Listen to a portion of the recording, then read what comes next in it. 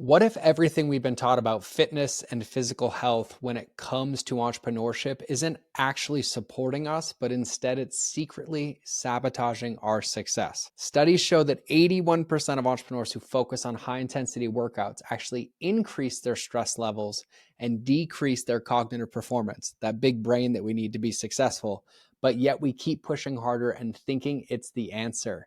Well, welcome back to the Mind of George show. I have an incredible guest today, but if you've ever been here, if this is your first time, this is the show for entrepreneurs who know that scaling their business isn't just about strategies and tactics. It's about doing it in alignment, breaking free from the copy and paste, outdated business models and strategies and tactics, eliminating the mindset limitations, and focusing on the right things for you to grow and scale with ease and impact. By mastering your mindset, by taking care of your body, by refining your customer journey, and having marketing that truly connects with who you are and your audience. And today's guest is a savage. His name is Brad Kearns. I've known him for over a decade. He's written, I think, 8 or 10 books with Mark Sisson. He's a former #3 world ranked professional triathlete. He's a New York Times bestselling author. He has a top rated podcast called the BRAD podcast. And after decades of elite performance, he discovered that the secret to sustainable success is not about pushing harder, it's about moving smarter. And his work helps entrepreneurs optimize their physical performance without sacrificing their long-term health. And in today's episode, we dive in why popular fitness advice is destroying entrepreneurs' health and productivity, the hidden connection between movement patterns and business success, how to actually build sustainable fitness habits that enhance your performance, and it's not the thing that we sacrifice for business, simple movement strategies that can add decades to your life, and the truth about what your body actually needs to thrive. And I was digging into the research after this episode, and I found that 73% of entrepreneurs spend 10 plus hours sitting daily, and regular walking increases cognitive function by 40% and creative problem solving by 60%. And so some of the memorable moments for me from today's show is that you can't hack your way to health. You have to build your foundation first. Your body doesn't know the difference between work stress and workout stress. How walking is the quintessential human form of locomotion, big words, and what it's designed for. And my favorite way to think about this episode is our 80-year-old self is looking back at us right now, and it's either shaking their head or giving us a thumbs up because we're making the right decisions. So I know there's something in this for everybody, and I'm really excited to dive in. So let's get into the show.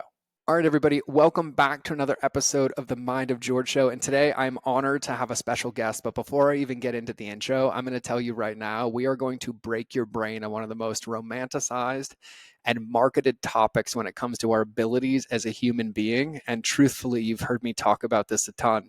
I think entrepreneurship is the hardest professional sport that exists. And being able to have the physicality and the ability to operate at the level we do is something that should be at the utmost priority for us. Yet we live in a world that tells us to do it their way or to have it this way. And we end up living these lies to feed a marketing system. And so today's guest is the incredible Brad Kearns, who truthfully I've known of for probably over a decade. And we have very similar circles from my former life in the paleo world. But he is a New York Times bestselling author of many, many books. He's also a former 2-time national champion, a #3 world ranked professional triathlete.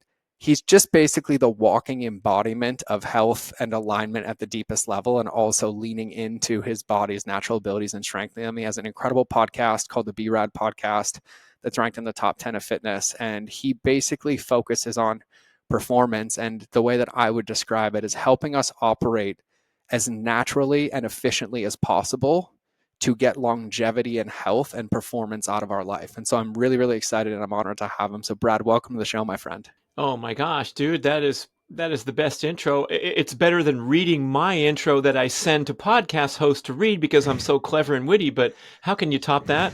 You get something from the mind of George, and now we are ready to rock and roll. I appreciate connecting with you because, like you say, I remember way back in the day when you were blogging, and I was helping out Mark with Mark's Daily Apple, one of the early blogs in the paleo scene. So here we are in modern times, and plenty to talk about, especially with that salacious tea up there.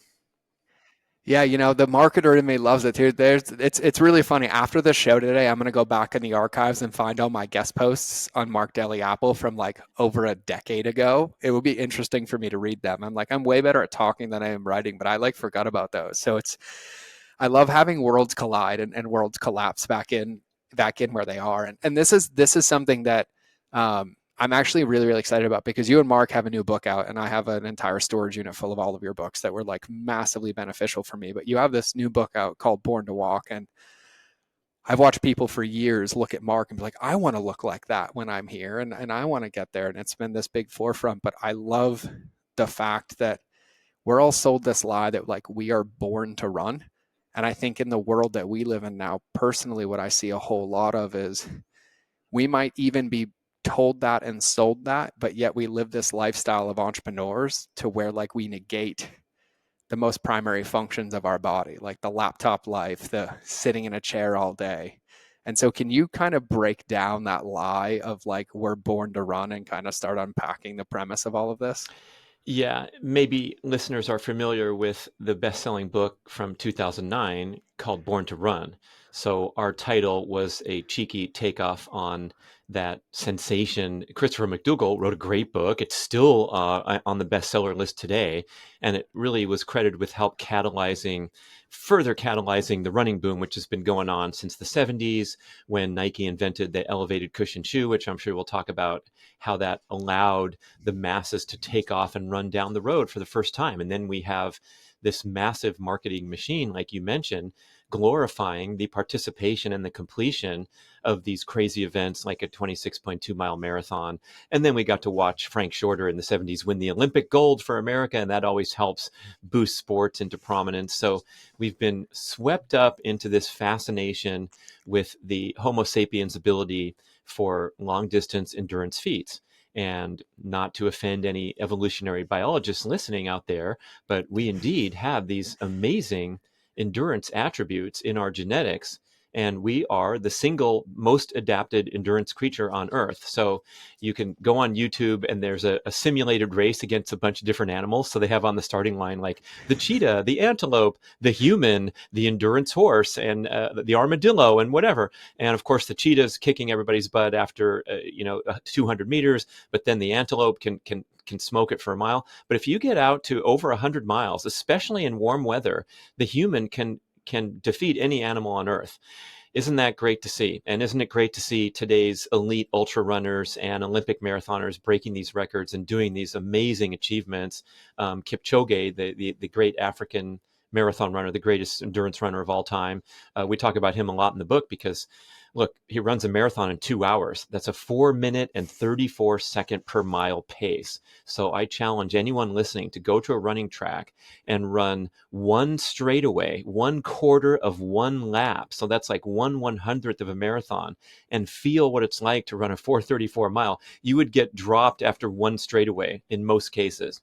So Mm-hmm. isn't that great? How does that relate to the dude or the gal that's sitting at their screen all day long and then wants to bust out and blow off some energy and get a workout in? What's the best workout for the human?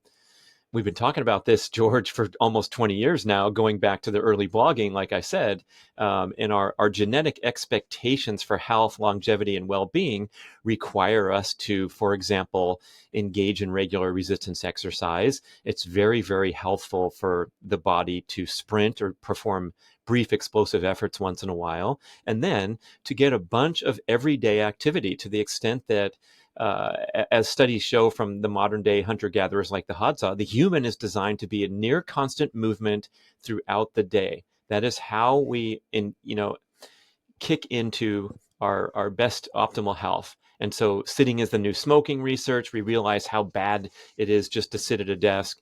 And so now we take all these insights and we plug them into marketing machine in the example that we're talking about. And now we're told that it's a really good idea to take off down the sidewalk or down the trail and run. And if you can run more miles, you're going to burn more calories and then theoretically lose more excess body fat, which has been strongly disproven by science and by practical example. So we have what essentially amounts to a misinterpretation and a gross misappropriation of the evolutionary biology insights about the human's genetic ability to perform endurance exercise. Yeah. Okay. I'm excited. And truthfully, I've already said truthfully 3 times. It's enough. Openly, I've never talked about this on this podcast. 600 episodes, like the actual physical side, and a lot of people know my physical journey through health and entrepreneurship, from competitive athlete to all of it. And there's so many things that I've experienced and learned, and to have like an expert and somebody here to be able to talk about it. But my brain is going to like the questions that I see, because I know for somebody, when I was struggling or I was overweight or really stressed out, I'm like, oh, I'll just go for a run. I'll just go for a run. And I would go, almost like self punish myself. I'm like, okay, well, I need to get back in shape. So if I run faster, if I run harder, but then I ended up, quite frankly, skinny fat in this bucket of, I couldn't eat enough. My hormones felt so dysregulated. It was like increasing the stress on my body.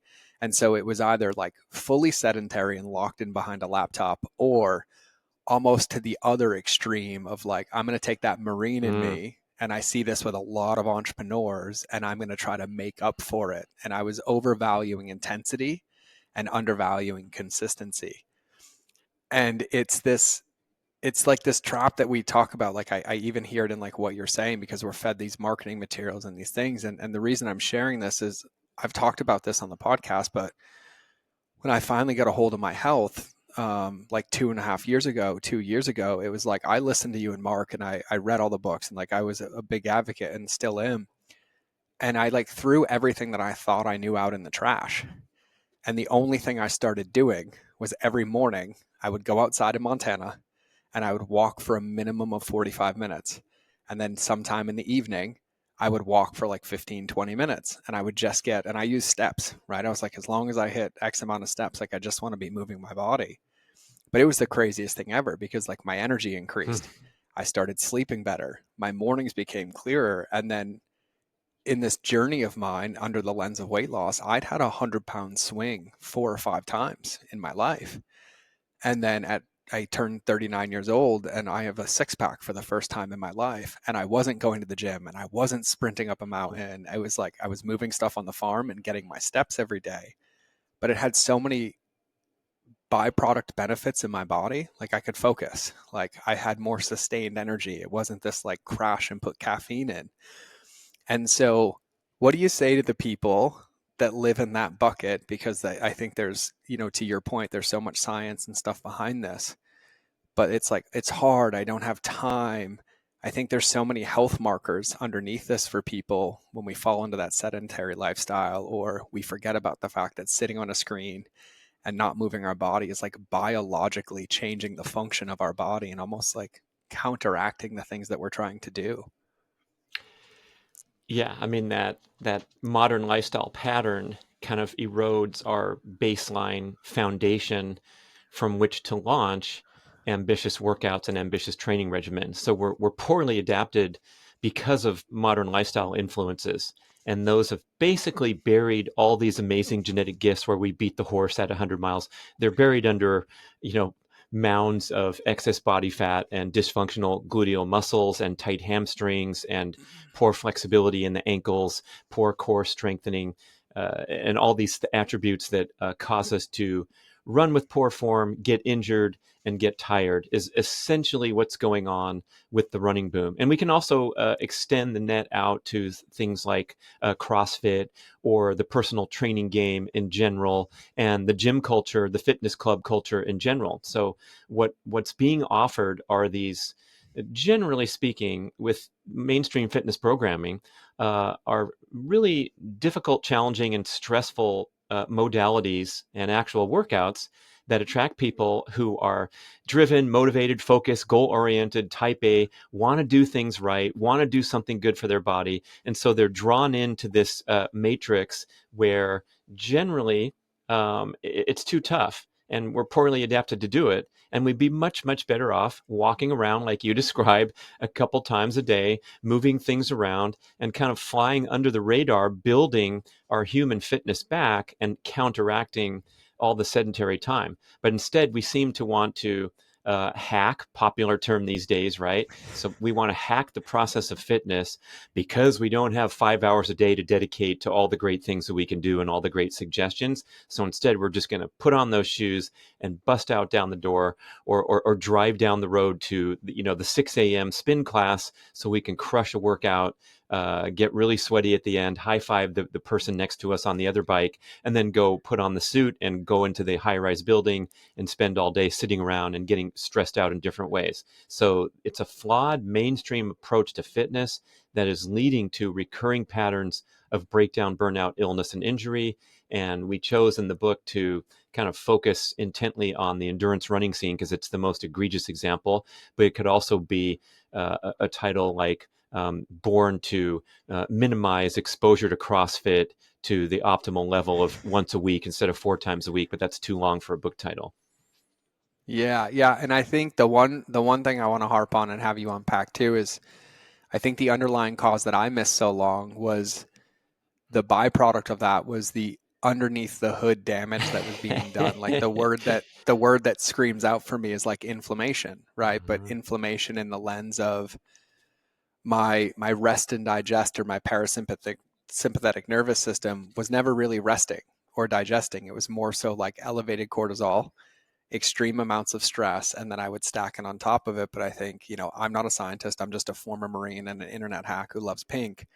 What I found underneath it wasn't just the intensity of these things that was the challenge physically, it was also the long-term effects. Like my body wouldn't sleep right. I would have trouble falling asleep. I'd have reverse cortisol. And, we know that inflammation is basically the cause of things that accelerate aging and disease, and our bodies fight against them. And this intensity kind of enhances that ability. And so, you know, I would love your take on this too, because it's almost crazy to me the amount of people that I talked to that saw me go from, and I was a high level competitive CrossFitter, to then I did strongman, to then I did RKC, and I was a Marine. And so I like had all these records, and they're like, dude, you're in the best shape ever. Like, tell me what you're doing. And I'm like, you're not going to believe me.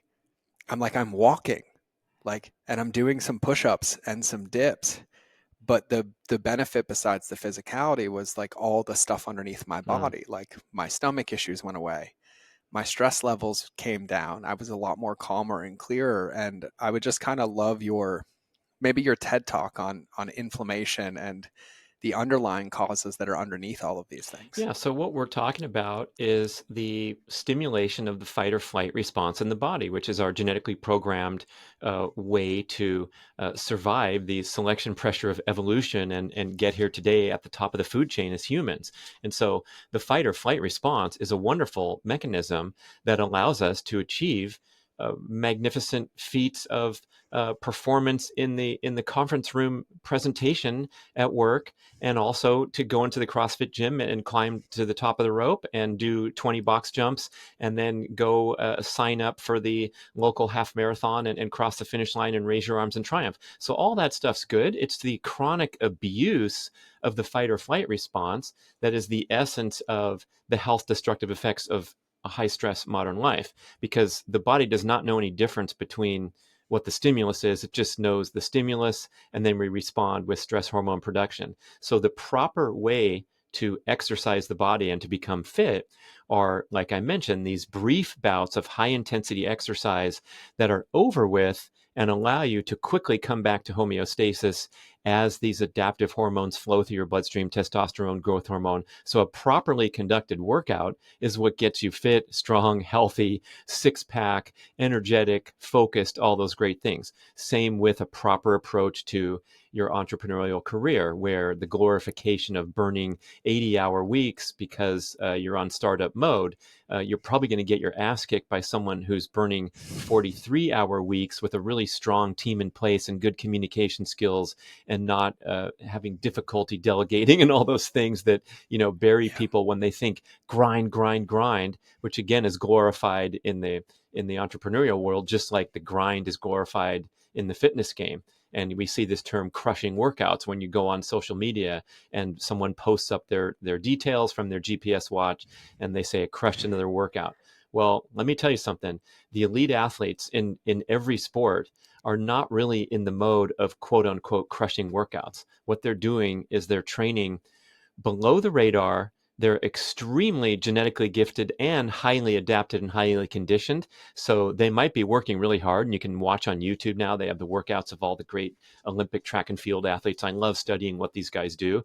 And they're very, very impressive performers. And they're out in the hot sun, breathing hard and working hard. But then when it's over, they get off and they go out to have a pizza and enjoy the rest of their life. And they're not suffering from this chronic inflammation driven by chronic overproduction of stress hormones from workouts that are too stressful, too long in duration, and that you're really not, you don't have that baseline foundation to even deserve to attempt.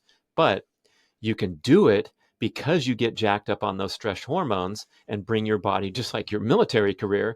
Guess what? If someone Yep. says the mission's going off at 0200 and it's going to last from 24 to 36 hours and you have 3 ration bars and a canteen of water, I'm making all this up, of course, you're nodding your head. So I guess I'm You're hitting pretty home, accurate, my but it's friend. like, you're going Yep. to do it. And we don't care about your long-term health and consequences. We care about you coming back safe from the mission. And so that's a wonderful thing for a soldier or for someone who's going for the Olympics, and it's time to bring it. But when we dip into this and dabble in this every single day, that's when we fall apart. And why do we do Hmm. so? Well, it comes to the world of addiction, and the experts on addiction. The mere definition of addiction is you need your hit, you need your fix in order to feel normal, to get to normal baseline. So if you're listening now and you have that tendency to feel anxious, cranky, irritable because you didn't get your workout in on a certain day, or because you performed, below expectation on today's 6 mile run, the time was slower than last week. This is an indication that you are drifting in that direction of, hitting the lever too much for that endorphin high at the extreme expense of your long-term health. And if I can ramble a little bit more, because you talked about the weight gain and all that, this chronic overproduction of cortisol, stress hormone, over abuse of the fight or flight response, is going to promote fat storage, dysregulated appetite and satiety hormones, and especially the storage of the extremely health destructive visceral fat, in addition to the subcutaneous fat, which is a minor concern against your overall health. It's not pleasant. People don't like to have too much fat on their body. They want to have that six pack. But the visceral fat, the gaining of that spare tire, you called it the skinny fat physique, that's when you really know that your life and your exercise program is out of balance. And we are now pretty much talking about the vast majority of today's devoted endurance runners are people that get frequently injured, have difficulty and complaint about failure to reduce excess body fat despite running 20, 30, 40, or 50 miles a week. And so as I'm trashing the sport of running and getting people, they're getting rankled and listening now. Remember that I was an endurance athlete for many decades, and so I get to do a little bit of critique here. But it's just about executing a proper approach. What does that mean for most people? It means slowing down your training pace to a walk rather than even a casual jog, because the casual jog in many cases is too stressful. And we can talk about that in terms of heart rate and get really practical here Hmm. as we continue the discussion. Yeah, by the way, I love this. So like get on your soapbox all day because I feel like I would be so called out if I didn't walk through this lesson kind of on my own. And I think you said so many poignant things that I want to kind of tie together for people listening. Like the undercurrent of all of this conversation is long-term performance, not short-term Mm. performance, right? And I think, you as an entrepreneur, me as an entrepreneur, like I never started my company. So I'm like, I only want this to work for a month or I only want this to work for a year, right? There's this semblance of longevity. Same thing with my health, right? Like the reason that I struggled so long is because it was almost like I was falling in love with the finish line. I'd hit the finish line and I'd sprint really, really hard to get there, but then it would all wallow itself backwards and it would like reverse itself out and I couldn't be consistent with it. And I love this whole conversation because I also know as you're going against this, like for anybody listening, this isn't an attack on running or an attack on pushing your body or getting stronger, but it is an invitation to focus on like what's the long-term vision, not 6 months in the future, right? And even for me, and this might support somebody listening, the reason I struggled so much under minding the psychological impacts of like my trauma and PTSD and what I was compensating for is that my goals were all tied to physical appearance, not to like Mm. performance. And everyone's like, well, what changed? And I was like, I had somebody and a dear friend ask me, he's like, well, what are you doing this for? And I looked at him, I was like, I want to be able to do backflips with my son when I'm 80. Mm. Like I just want to be on the trampoline and be able to do backflips. And it changed my perspective of like, I want to have the biggest deadlift or run the fastest and, do boom to like, I want to be able to move my body. Like I don't want to Yeah. be confined to a wheelchair or be decrepit or not have the ability to go hike in beautiful Montana.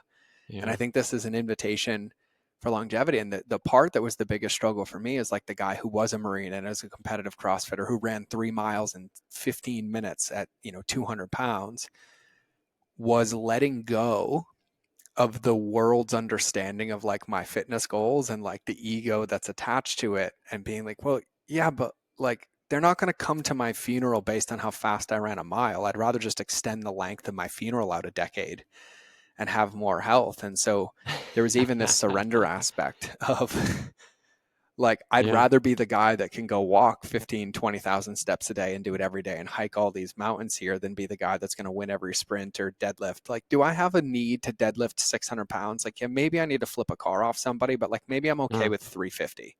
yeah. And, Get some help maybe I if you don't need need to to flip a put, car. Yeah. yeah, Get right. two Like, maybe guys I that can don't lift need to squat. 350. Yeah. Yeah. Yeah, maybe I don't need to squat, 500 pounds anymore. Like maybe I need to be able to pick up my son and, move farm equipment around and like work on the ranch. And I think for me, for everybody listening, this is also like an invitation to kind of like do an inventory on your why. Like at a deep level, like what is your why? And I can't knock you if you're like, well, I want to stand on stage and I don't care what it Hmm. costs me, or I just really want to win that race and just say that I did it. Amazing, right? We all have those goals, but I think it's a deeper invitation. And I'd love to ask you too, and this is kind of staying in the lens of walking, but instead of the benefits of it, what are some of like the hazards or the challenges when we don't walk or we don't consistently engage our body or we don't lean into this premise of walking? Hold on. I got to find the perfect quote for that. Oh, Ooh, I love it. the challenges are overactive inflammatory processes and stress reactivity.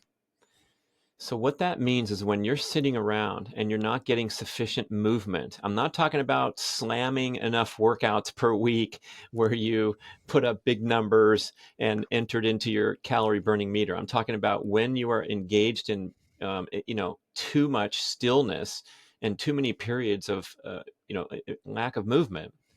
That's what happens to the body.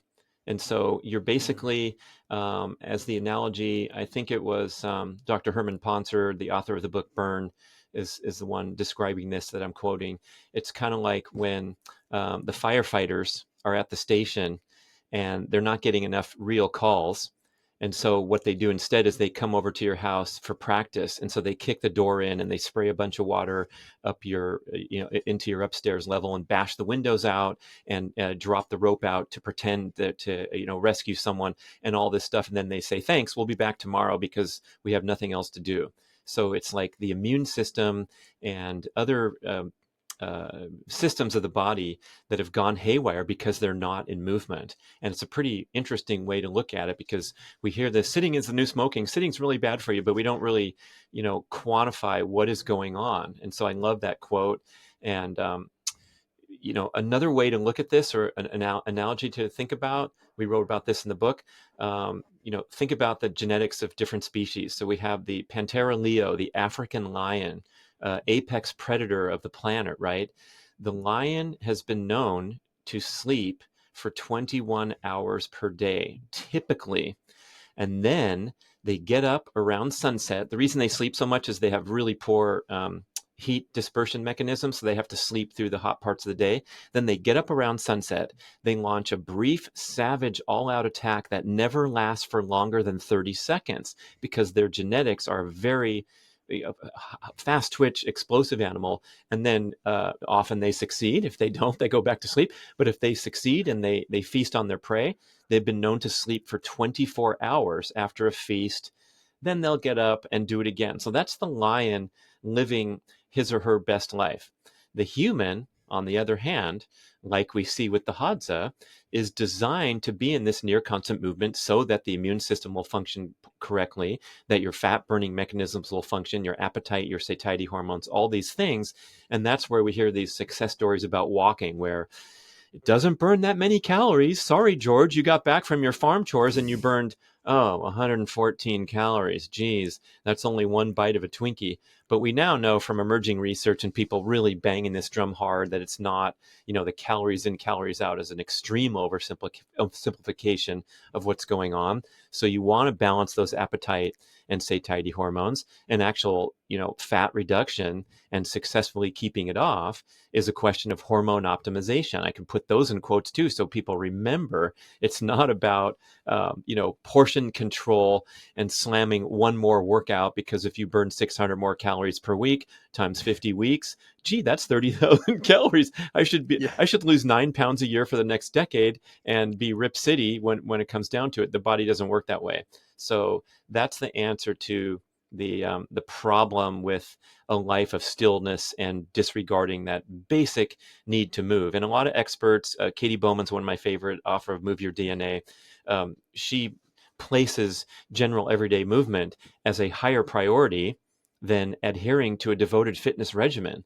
So there's so many benefits to fitness, and if you really want to enjoy the maximum fun and games when you're 80 doing a backflip with your son, boy, that entails a commitment to fitness, but not until you establish this basic foundation of everyday movement. And of course, walking would be the centerpiece, but everything counts, right? So farm chores, doing a set of squats in your cubicle if you're really busy at work and you don't have time to go out and do a 30-minute walk at lunch and a 20-minute walk at 2 p.m. There's all kinds of ways we can increase our movement objective. And then one more thing, because what you were talking about before with that goal of wanting to jump on the trampoline and so forth reminds me of one of my favorite sound bites of all time. And this comes from my friend Simon Whitfield, who's one of the greatest triathletes ever. He was the first Olympic gold medalist in triathlon in Sydney in 2000. He won a silver medal in 2008. So he had this amazing career traveling in the world and training and racing at the peak of human performance. And then I was interviewing him a couple of years after he retired from the pro circuit. So he's living a quiet life in Victoria, British Columbia.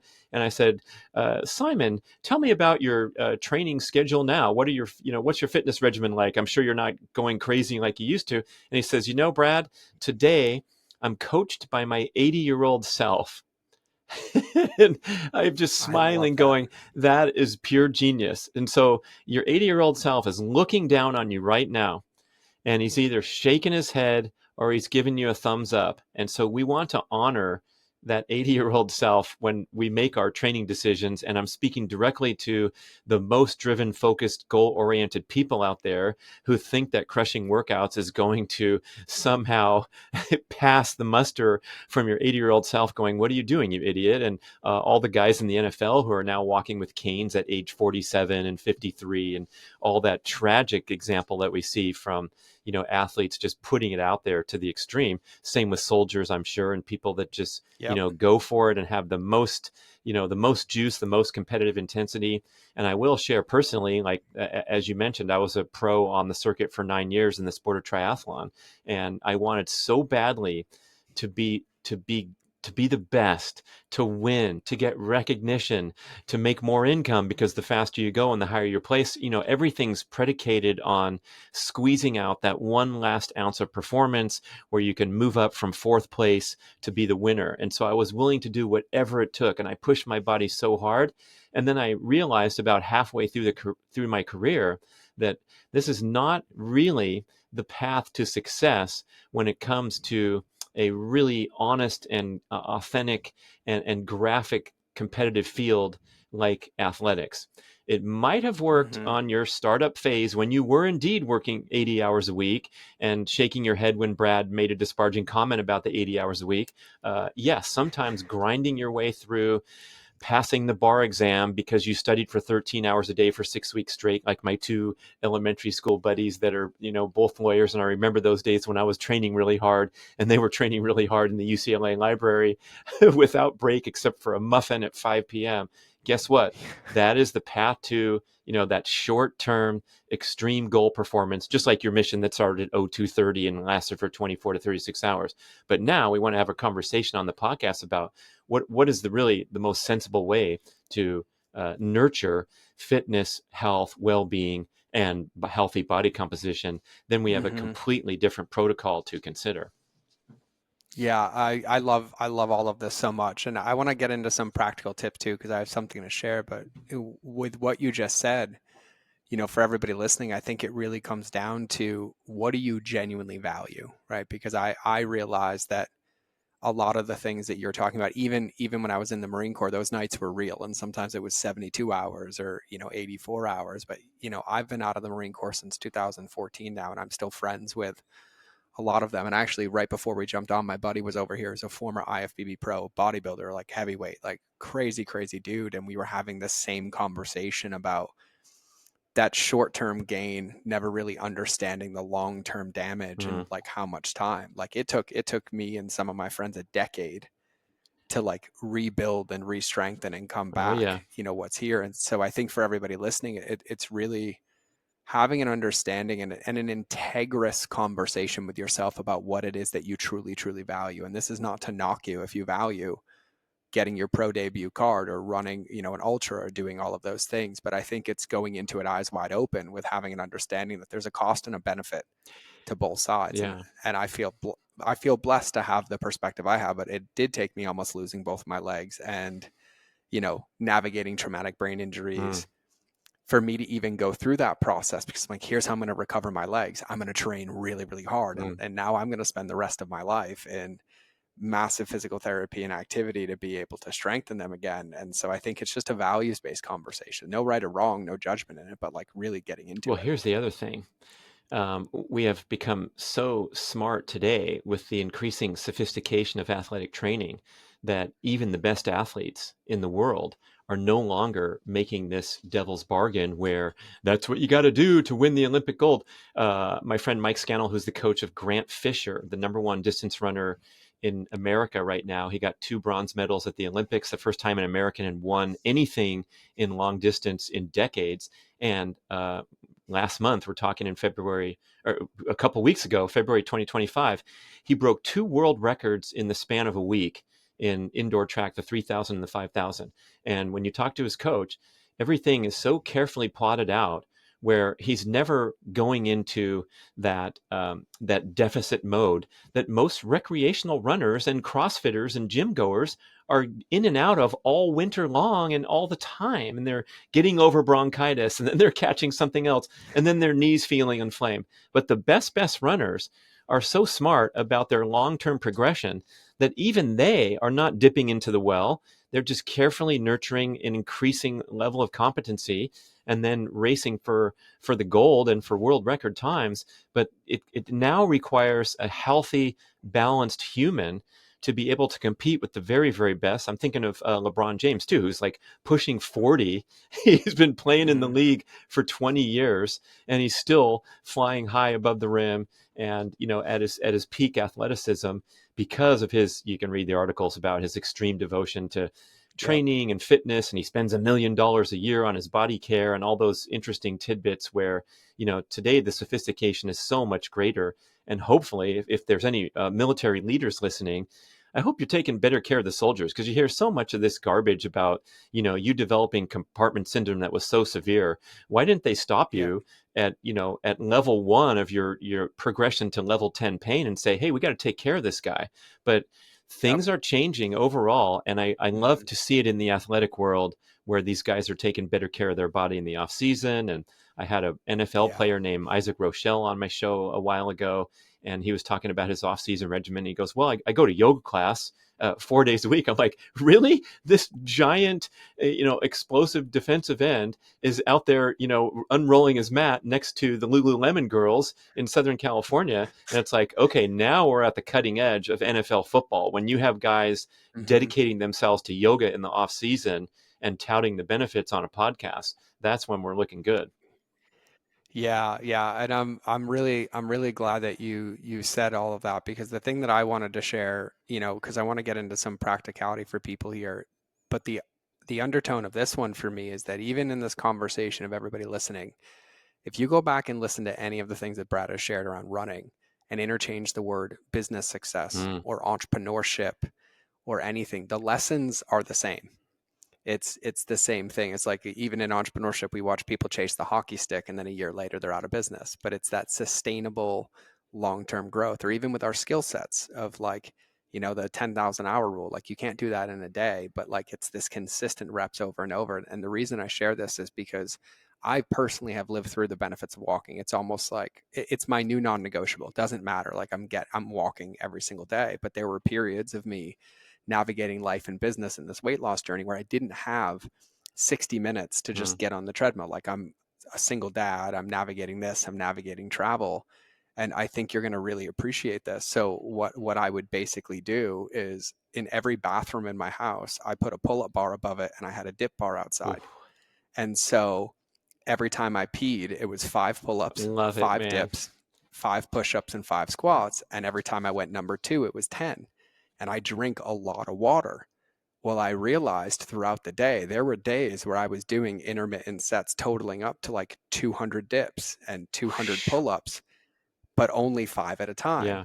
And then I would, do them and I'm like, I'm going to just go walk outside for 10 minutes, right? And get some fresh air, go barefoot and have all that. And truthfully, that was the biggest accelerant Huh. of my strength, of my mobility. And it wasn't these massive, massive loads. It was really taking, the secular atomic habit approach of I'm just going to habit stack on top of this if I'm already peeing, or for like, as simple and silly as this sounds, like when I go to a store, like where do you park? Hmm. Right? We have all this time and these abilities to stack things on top of us to where I've learned, and I went and found the science of this, of like zone two and all these pieces. Like my body doesn't need it in an hour. My body being exposed to Hmm. it multiple times a day had some massive benefits. And so I'd love to kind of hear from your perspective, like what are some practical tips or ways that even you, as somebody who, I mean, I'd give you 44 on a good day, right? But like you've been in this game for a long time and like you thrive and you're healthy, like for people listening, on where they can prioritize this relationship with walking and that, consecutive, consistent movement that our bodies are designed to do to kind of combat the sedentary lifestyle, or the fact that some of us are on Zoom calls or, Riverside all day. And whether it's, having a standing desk, and I take a lot of Zoom calls on my treadmill too, where I'll just throw Zoom on my iPad and I'm like, well, here we go, 3-3 and let's go. And I'll walk for 45 minutes. But I'd love to hear some like practical tips for people to like embody this in their life. Yeah, I think you just gave perhaps the most impactful and one of my favorite ones. I call them micro workouts. And I think it's the greatest Yeah. breakthrough that I've seen in the fitness industry in decades to come forth and start promoting this. So I appreciate you doing the same, because we've kind of made fitness really complex, sophisticated. We've branded it and we've established all these parameters that are, you know, coming out of thin air because of the marketing forces behind it, that you have to be sweaty and tired in order to qualify as getting a workout, rather than respecting the importance of aerobic based training and the great leaders in that field, asserting that, you know, you build the endurance, you build the aerobic system at comfortably paced heart rates. And as you get into a higher heart rate zone, and I'm not talking about really killing yourself, I'm talking about this medium zone. The exercise physiologists call it the black hole, where you are diminishing your aerobic conditioning benefits and you're turning yourself into a sugar burner and a sugar chomper in your diet, such that your 6 a.m. spin class where you crushed it and got sweaty and high-fived the person next to you is paired, you know, with a direct correlation to reaching for the entire pint of Ben and Jerry's at 6 p.m. But you know, the micro workout thing, and I'll throw in some of my fun ones. My Yeah. rule when I encounter a flight of stairs in daily life is that's fast feet. boom, boom, boom, boom, boom, the sprinter drills. So I go tut, tut, tut, tut, tut, tut, tut, every time I see a staircase. And I live in a 2-story environment. And so I'm doing a lot of fast feet. I don't know how many reps per day, but if I forget something upstairs, I smile because it's another opportunity to hit those sprint drills. My friend Dude Spillings in Austin, Texas, he explains that a hex bar is a perfect fit for a doorway in a home. So his hex bar is mounted in his doorway such that he has to step through the hex bar to get out of his office. And so what does he do? He does 6 reps of the hex bar. And he started this during COVID. And he says like he got so strong that he couldn't believe it because like just like you described, the totals are blown off the roof way more so than if you did 3 days a week with your trainer where we do a set of 5x5 protocol because that's so popular. It's just like greasing that groove, like Pavel Sitsolin calls it, and I Yep. see it getting more popular, and I see people realizing, especially when it comes to walking, like a 2-minute walk is fantastic contribution to your overall healthy lifestyle longevity score, especially if we talk a year from now and we have a couple 2-minute walks a day times 365. That's hundreds and hundreds of times where you got out of a chair and you tamped out that overactive inflammatory processes and stress reactivity in favor of being human and doing what makes you human. I mean, walking is the quintessential human form of locomotion. We're bipedal. That's why we're so much better at endurance than the 4-legged creatures that we can kick ass on. And so it really is a very important aspect of being healthy. Same with Mhm. having a barefoot inspired experience. So you asked me what I've been doing lately besides promoting the book. I'm helping Mark Sisson and his son Kyle promote the Paluva footwear company with the articulated 5-toe, a true barefoot style shoe. So walking in a barefoot type of inspired footwear, that's when you can really elevate your overall uh, basic musculoskeletal resiliency, physical conditioning, aerobic conditioning, so that you can then ponder these exciting feats and achievements that make life rich and interesting. Like, hey, let's climb the tallest mountain in the county next summer. Do you want to train for it with me? It's going to be really hard, but we can practice now by taking 2-minute breaks from work every couple hours. And it's just like, dripping in the direction of a more fun, active, energetic life by doing the little things. I think you mentioned atomic habits in brief there, Yep. but like the way to summarize, because this has been on the bestseller list now for 267 weeks straight or something. It's a runaway sensational book. I hope people read it, but if you didn't, it's that we get in our own way sometimes by setting these huge, fantastic, daunting goals for complete life transformation, and instead we just want to set little tiny bars that we can easily clear over and then build upon our successes with little changes. Little changes become big things. Hmm. I love that. And I love the author in you as well because you're way more articulate than I am. Because, for me, I tell everybody I was a Marine. There's 3 colors of crayons in my box: black, white, pink, right? So if it's not simple, I'm not going to succeed at it.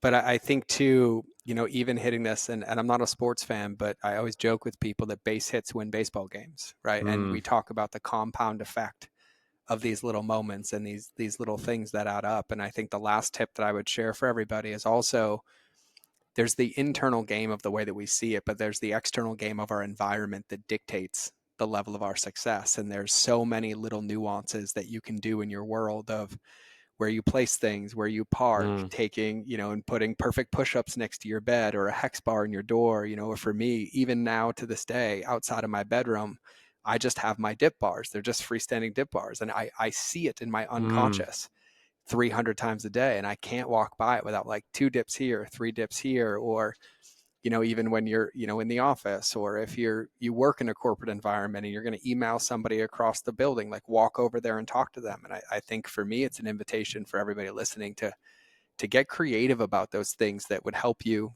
grease the groove, as Pavel says, because I love kettlebells, but give you these abilities to hit these micro workouts or these micro movements or even mobility or squatting, and use your environment to your benefit, because we can really, really set it up. I mean, you can have your water bottle next to it and stick a sticker on it that says, mm. do 10 squats every time I take a sip of water, or, find these moments to also leverage your environment and the areas where you spend the most of your time to remind yourself of these things that are important to hit them consistently, because in the atomic habits view, we have all these existing behaviors that we do every single day, right? And I used to be the guy, and I was the dad. I'm like, all right, I'm going to get 26 grocery bags in one run because I only want to take one trip. Now I'm like, I'll take two at a time, and I'll take 16 trips Mm-hmm. because I'm like, oh, I'll just bring them in and I get to stack those things in. And so I think if we all get creative about this and we find those things, like even going barefoot outside for a walk or hitting some squats or hitting these 2-minute walks, you'll realize how much time you have baked into the things that we're already doing that you can stack on top of them. And then, I think to the core point of this is your values shift and you start to identify as the person who walks or the Mm. person who takes the stairs or the person who hits the speed steps up. And then it just becomes, you become consciously incompetent in it. It becomes this level of mastery where now that's the default versus having to think about it all the time. That's very well said. Thank you, George. I think not only inspiring, but practical and simple. I like Mark Manson, the subtle art, best-selling author. Yep. One of his takeaway quotes that I think about a lot. He says, "Self-worth is an illusion, and it's a form of persistent low-level narcissism." Actually, I'm like, holy crap. Okay, let's think about that for a moment. And he says it's much better to just define your life by having a series of decisions and actions. So you don't have to get all Yeah. caught up and down on yourself because you haven't been to CrossFit in 3 months because of your sore shoulder. You just instead, what am I going to do right now to make my life better? And for another simple, easy, practical example, I'm thinking of my dog who just came in. If you heard some carpet scratching early on in the show, that was my dog, my 13-year-old, creating a spot. But if you own a dog, you've made a commitment when you took that animal home to care for it and give it a proper life. You're going to give it a water bowl. You're going to try to give it good food instead of the crap that they sell on the grocery store shelves. Oh, But also, the dog deserves to get out 2, 3 times a day for short outings. That's the dog living its best life. You can't just confine an animal into a cage of a home. And so, regardless of how tired you are, how busy you are, how motivated you are, you leash up the dog and you get out the door as an automatic behavior that serves something even bigger than yourself and your own personal frailties and your flimsy and declining willpower and motivation because your life's so busy and stressful. So those automatic behaviors are really important. Psychologist Lindsay Taylor, who's worked with Mark and I building the primal movement for many years, she cites research that, to your point, things that are in your visual field are vastly more significant and powerful than even the difference between having the hexagonal bar out in the backyard 8 seconds away versus the doorway, or having your fitness equipment in a drawer rather than sitting there in your face so that you have to trip over it, or the kettlebell is the doorstop rather than something that's in the corner of your garage. And I kind of recoil when I hear some of this stuff because, look, I live and breathe fitness my entire life. I think it's ridiculous that, oh, I haven't been doing, those deadlifts you recommend because it's outside and it gets a little cold in Montana. I'm like, come on, man. But this is me coming from this fitness perspective. Now, as we talk to the entrepreneur on the show and your opening comments there, one of the areas in my life that I'm working on is my entrepreneurial skills and my responsibility in dealing with revenues and expenses. And it's kind of an unpleasant subject for me. And I have various ways to avoid opening up my spreadsheet and keeping a close eye on things. But that's a huge frailty that I have an expressed desire to improve upon. Well, then why aren't I doing it to the highest standard, for example, that you might see with my dedication to fitness? And that's when we start to unwind, like, well, because you engage in a variety of avoidance techniques. One of them is getting your workout done every morning.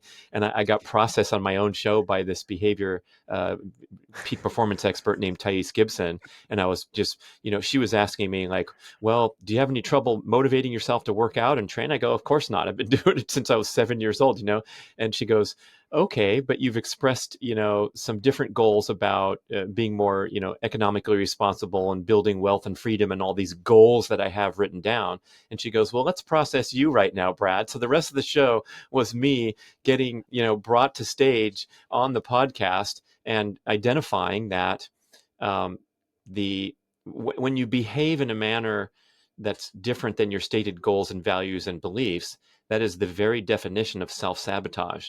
So I say I want to be a better entrepreneur and a better businessman, but instead I'm out there doing my hex bar and doing all these wonderful things that I recommend on the show. That's when we got to sit down and say, and I'm speaking because I know your audience can resonate with this, but it's also like, if you're falling short of your fitness goals and capabilities, let's examine how kick-ass you are in other areas of your life and unleash that weapon in the other direction. And it'll be tremendously easy because you know what a commitment it takes to run your business or build your business. Do the same freaking thing with your dedication to pulling the hex bar a few times a day. I love that. I'm actually so glad you said that. It's probably it's my most favorite and least favorite part of having a podcast is I love when my guests flip the table on me. I'm like, all right, I'm patient zero. Like, let's do this. Like, thank you for caring enough about me to have Yeah. this conversation, Yeah. right? I had, as we get near landing this, like, I just want to tie something that you said in. I had a dear friend of mine, Joe Smaro, on the show, and he has this mission to help eliminate suicide and the ending of life of first responders and military people. But he went on this rant of wellness and he's like, I even hate the word wellness. It's so misdefined. The only thing that you should be thinking about is active pursuit. That's all wellness is. It's this continuous active pursuit because the moment we're in integrity with our fitness, we're a little out of integrity in this area. Mm, Or the moment we're dialed in our marketing, our operations are falling mm, short. Or the moment we're dialed in our cash flow, we're bleeding money. And he's like, it's having this healthy relationship to pursue the next level of excellence, knowing there's no finish line, but just in this pursuit of it. And I think that's like a deep undertone of like what I'm hearing. And also that resonates so deeply with me is if you're listening to this, this is not an invitation like, oh, well, I'm not doing this. No, it's just an invitation to improve and to focus on the things that matter. And like, I know for me, my son's 8 years old. So I'm in the season that like that time with him, I'm never getting back. And if I have to choose between 2 extra phone calls on a Friday or 2 hours outside with my son, the top line of the business is going to wait because I'm not getting that moment back. But there's going to be a moment where he's 13. He's like, Dad, you're not cool right now. And I'm like, well, great. I got 2 hours in and I hit my steps and I hit my prayer time and I read my Bible. Screw it. Let's go make a piece of content. Let's make a new course. Let's do, and I think it's having this healthy relationship with the seasons, but also my invitation for everybody listening is to also stop measuring in days and start measuring in decades mm, and realize that you can accomplish a lot when you focus on things. And these little bursts of sprints a couple of days a week is way better than this one intense thing that you do because you get so overwhelmed that you're like, oh, I'm just going to force myself to do it. And I just think this concept of just constantly actively pursuing, even to what you said earlier, like as bipedal creatures that were designed to constantly be in movement. And Mark Manson's callback from that book of like our value is really in the place that we put our energy and attention, and that investment in ourselves is also what builds confidence and builds mm. resiliency, and it keeps this healthy relationship of like the only finish line that should exist, unfortunately, is when you're 6 feet under the ground. And I don't think any of us want to get there early. So stop thinking there is one and just start focusing on bringing these areas into alignment. And my invitation for everybody listening is to make yourself the number one priority, right? Like I'll go back to what I said earlier.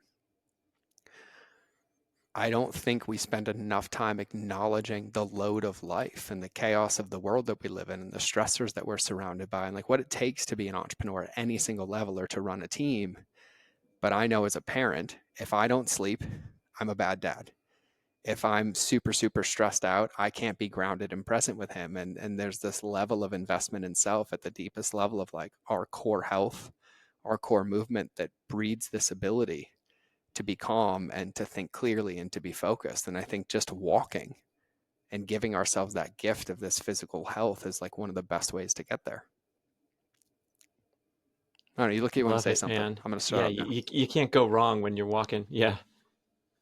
Well, and truthfully too, it's like I think about it for entrepreneurs listening, right? Like we have these moments where we get stressed out, where we have a bad Mm, meeting, we lost a client, right? The publisher comes back and says, hey, there's 16,000 track changes on edits. And you're like, I didn't account for sitting in a Word document for the next 7 days going through this, right? And we tend to live in this world where we wait till the pressure breaks us and forces us to go release, when in actuality, if we actively pursue it, like I've yet to meet somebody who's like, oh, I went for a 15-minute walk outside without my phone and I came back feeling worse than when I left. Right? We tend to get into those moments and then we're like, God, I'm so stuck creatively. I don't know what to do. And then you go 5 minutes into a walk and you're like, it all makes sense Mm. to me, right? It's just this active pursuit and knowing that you're worth it. And so can you do me a favor just about the book? Because I know I mentioned the title of the book, but what's the title of the book? Where can everybody find the book? Because like I think I have it on my counter at home, so I'm a big fan of it. We'll put all the links in, but if you could just kind of give everybody an overview, because if any of this landed and resonated for you, this book is a thesaurus of understanding like how to lean into this, how to use this, like how to lean into your strengths. And so I'll give you the platform. Thanks, George. We have a great landing Yeah. page called borntowalkbook.com, and you can learn way more about what's inside. And we have a variety of PDF resources you can download for free that give you good guidance for, upping your movement game and optimizing your fitness program. So that's a great place to go, and you can order from your favorite retailer and come back and take advantage of a bunch of bonus items and shopping discounts. And people can connect with me on the BRAD podcast. And I appreciate the opportunity so much. You're doing great work, and thanks for having me on. Well, thanks for doing the work that like I won't do. And just so everybody listens, like I'm actually on the PDF resources now and I'm intrigued. 40 mind-blowing assertions, how the shoes that you wear destroy functionality, which I went through. Should I switch from running to walking? Tips to increase daily walking, suggested cardio 2.0 workouts, how to lose stubborn belly fat, and all of it. And I can personally vouch because like I said, I've known of Brad through osmosis, but I've known Mark personally for going on 15, 14 years now. And if there's somebody that I'm going to put, especially the men listening to this, on like the pedestal of like what I strive to be, from like a health goal and an alignment goal and emotional capacity and relationships and focuses and priorities and levels of success, it's Mark. And Brad and Mark have written all these books together, and I've been in the world for a long time, and it just feels like you should charge copious amounts of money for the level of wisdom that is there. And, I think for everybody here, my ask would be that this is another one of those episodes where this doesn't become shelf help, but at a deep level of what you value. At a deep level of what you value, I think this conversation is only powerful if you truly, truly value yourself and you value the investment in yourself and your longevity. And I think all too often I see people fall into the trap of like, well, I'll rest when I succeed, or I'll start doing that in a decade. But by the time we get there, those lines keep moving. And then we look back and we've lost 10 years where 10 minutes a day or 20 minutes a day could have added 10 years to the end of your life. And I think it's just an invitation to have a very integrous and sobering conversation with yourself of like, am I worth the length of my life? Am I worth a 10-minute walk outside? Am I worth taking care of my physical health and not becoming a victim of this world that we live in? And so I'm just going to kudos to everything that Brad said. And if any part of this landed or resonated with you, like grab the book.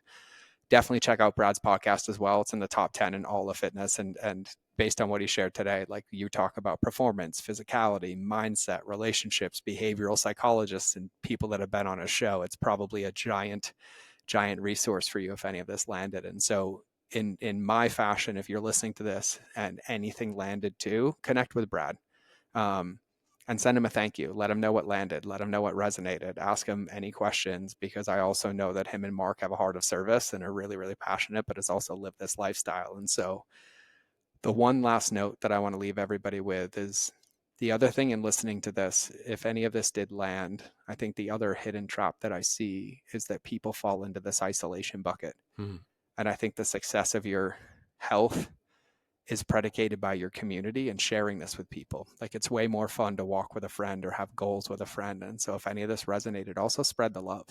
Like tell them about the book, tell them about the thing that you learned, invite other people to be on this journey with you that celebrate you for the right reasons, that are focused on the same things, and it will help you be able to maintain these and to succeed in these things with a lot more ease. And so yeah, I one last question for you. Just one, and I'm going to land the plane with this one before we go. I want you to imagine that everybody listening to this podcast forgot everything both of us said. don't remember anything. But right now in this moment, you have the ability to tattoo wisdom on their soul that they'll take with them forever. What would your tattoo wisdom for everybody listening be? I'd say get moving. Get moving. I like it. Short, sweet. Write it on a sticky note, put it on your fridge, put it in your car, put it on your water bottle, and take that as an invitation to move. And so, for everybody listening, also, if there's anything that we talked about that you want to know more of, that you'd love for me to cover again, I'm sure I can bully Brad into coming back for episode 2 of doing this if there's anything. So just shoot me a DM on Instagram and I'll make notes and I'll keep them collected, and then I'll bother him and be like, I need you back. We have to open and close all these loops that we opened here. So Brad, I just thank you for coming on the show, for writing the book, for doing the work that you've been doing so long, and like caring so much about people's health and their ability to thrive, and all of this. Like, it really is an honor to have you, my friend. Thank you so much, George. I appreciate that nice closing. And of course, I'll come back anytime. We'll hit it hard again. Amazing. I do it publicly, so you can't say no if I'm being really honest. I'm like, this is recorded, so you kind of have to say yes. I kind of bully you into a little bit, but yeah. For everybody listening, just let this be the permission slip that you need, right? And even if right now, I'll challenge you, wherever you're listening to this, even if you're driving, I invite you to pull over to the side of the road, put the car in park, and get outside for 5 minutes. Just go for a walk right now. Go put feet to pavement, feet to thing. You can be in the middle of a Zoom meeting because you're not paying attention to the meeting right now, and tell everybody to stop, go for a 5-minute walk, and come back to Zoom. Like, let this be the part right here where you go take this action and take Brad's advice. Get moving, get into the world, get into your body, and get into that longevity. And so that's what we got for today. We will either see you in the next episode or you will hear me in your earballs. But either way, we're done. Bye, everybody.